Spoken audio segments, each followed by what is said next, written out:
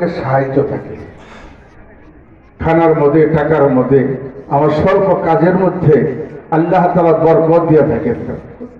অল্প তুষ্টি আসে, বিপদ আপদ থেকে মানুষ হেফাজতে থাকে, সর্ব রকমের বালা মুসিবত থেকে আল্লাহ তাদেরকে হেফাজত করে। বলা হয় সূরা ইয়াসিন যদি কোনো ব্যক্তি সকালবেলা পড়ে, তাহলে এই সূরা ইয়াসিনের বরকতে আগামীকাল সকাল ফজর পর্যন্ত সর্ব রকমের বিপদ থেকে আল্লাহ তার কুদরতি ভাবে হেফাজত করে। দুনিয়ার যত বালা মুসিবত আছে সবকিছুর থেকে আল্লাহ তার হেফাজত করে।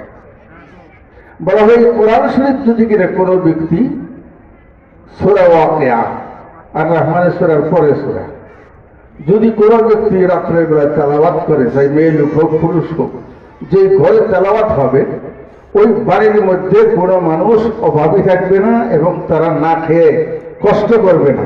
আল্লাহ তাআলা তাদের রিজিকের ফায়সালা করবে। এটা আল্লাহ নিজে জামিন হয়ে যাবে। এরকম বিভিন্ন আমল আছে, এটা দুনিয়াতেও আল্লাহ তাআলা এই ফায়দা এবং বরকত রাখছেন, আখিরাতের মধ্যেও আল্লাহ তাআলা এরকম ফায়দা রাখছেন।